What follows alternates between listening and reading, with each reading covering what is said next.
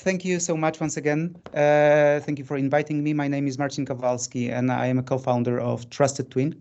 And today I would like to tell you a little bit about operational digital twins and data collaboration. It's a slightly different angle. Digital twins are usually associated with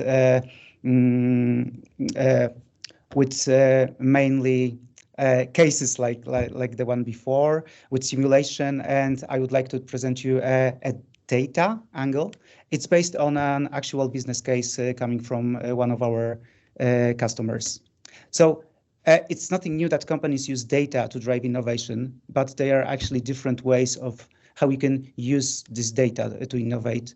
And probably the most obvious example is once you use historical data, looking for repeatable patterns, and you use it to support your business decisions, to fuel recommendation engines, or simply create analytical dashboards to support your business intelligence activities.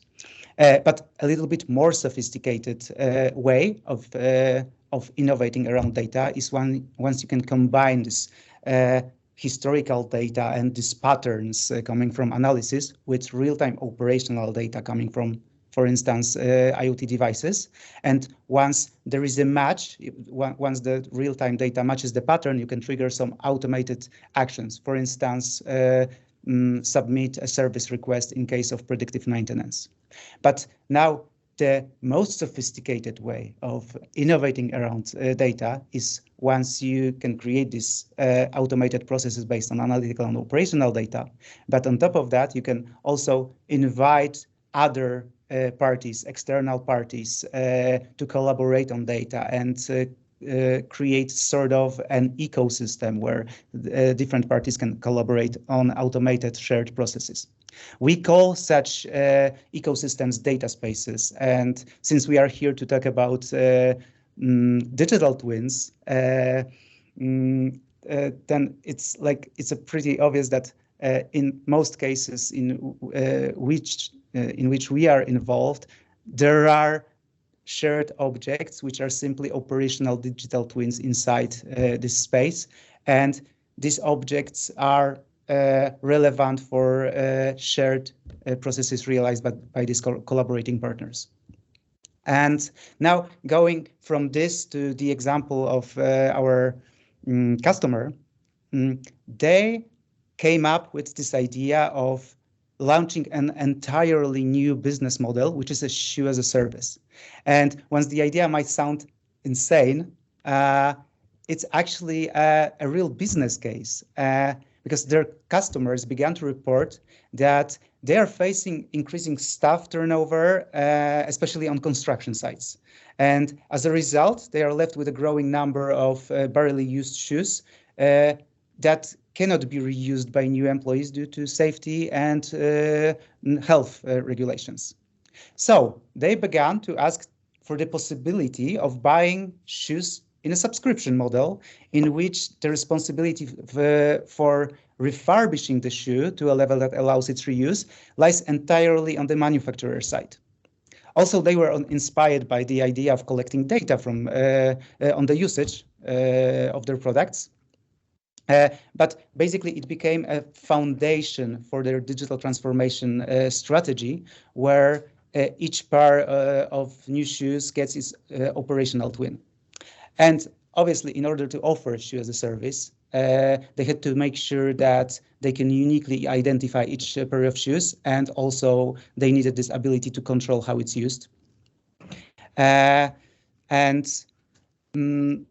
Also, converting a shoe into an IoT device would unlock the ability to implement some new services in the future, also new services that they can offer together with other parties.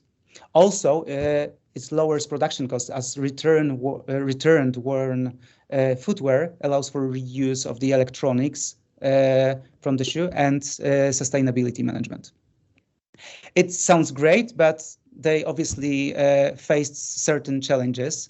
Pretty common challenges in digital transformation projects is that they had to complete their proof of concept within up to 3 months. Also, they had to have a clear path to return on investment in maximum 9 months. But also, they specialized in producing shoes. They were not an IT company. They didn't know how to build software. They didn't know how to deal with an IT infrastructure, how to maintain it, not to mention integrations which were needed to collaborate with these other partners. This is pretty much why they used Trusted Twin, because we basically cover this core part, infrastructure, data model and storage, access, integrations, governance, and some other non-functional requirements. I know that there is no advertising here, so I will just continue with the case. I had to give you some context what was the reason why they used Trusted Twin.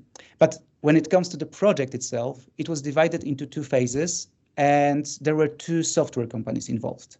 The first company was the ERP system supplier, whose responsibility was to automatically create operational digital twin for every pair of shoes leaving the production line.